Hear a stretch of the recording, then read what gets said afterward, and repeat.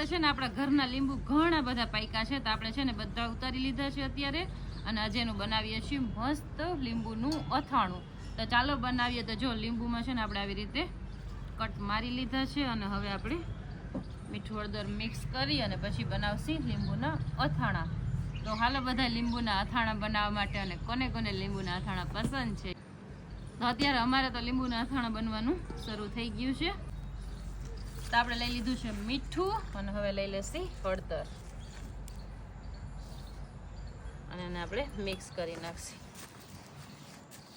તો અહીંયા આપણે હળદર અને મીઠું થઈ ગયા છે મિક્સ. હવે આપણે લીંબુને ભરવાના છે. ને હવે આપણે લીંબુ ભરવાના છે. તો આ જો લીંબુમાં આવી રીતે આપણે કટ લગાડી લીધા છે. હવે આપણે છે ને મસ્ત લીંબુ ભરવાના છે.